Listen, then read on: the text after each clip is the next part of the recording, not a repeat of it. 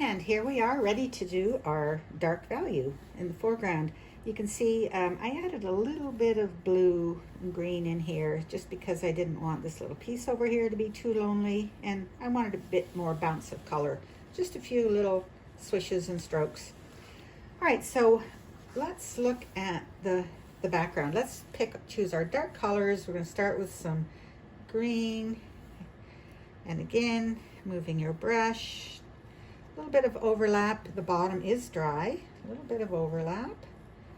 And I'm just going to do the tops here because I'm thinking, well, I want a really dark color for the bottom. I could go blue, but that might move it back a bit. So I think I'm going to put a bit of green here and the rocks. I think that I will go to my go-to dark, which is purple. I just love that richness of that deep color. And again, here we go. We're going to just define those edges a little bit. Just dance the brush, trying to get nice solid shapes of those branches. And there we go. And then here, let's see, let's come down. Yeah, and there's that rock, so it's really nice and dark. Add a bit of red down here. Make sure to get those edges and corners. I was going to have a look and straighten that out a bit. There we go. Just do it as you like. It's your tree. Make it however you like.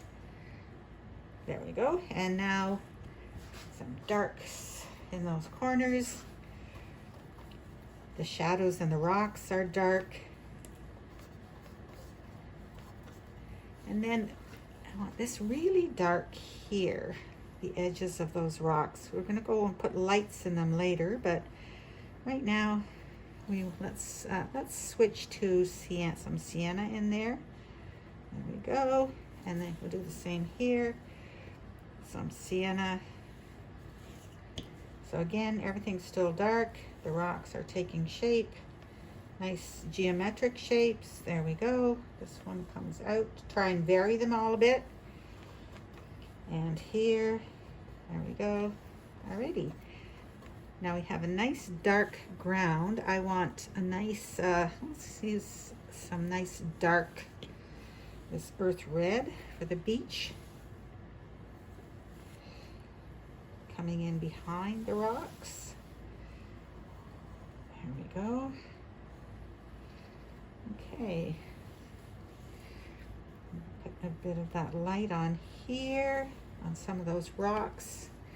I'm going to go in with a little bit lighter. Now you can do that, wait till it dries and go in and do it, or you can come in now and add, just wet and wet, some of those light bits of color that may be showing here and there. Don't want to overpaint it, just a little bit. And now I think we're going to go in and I'll put in some green. Let's dry it first.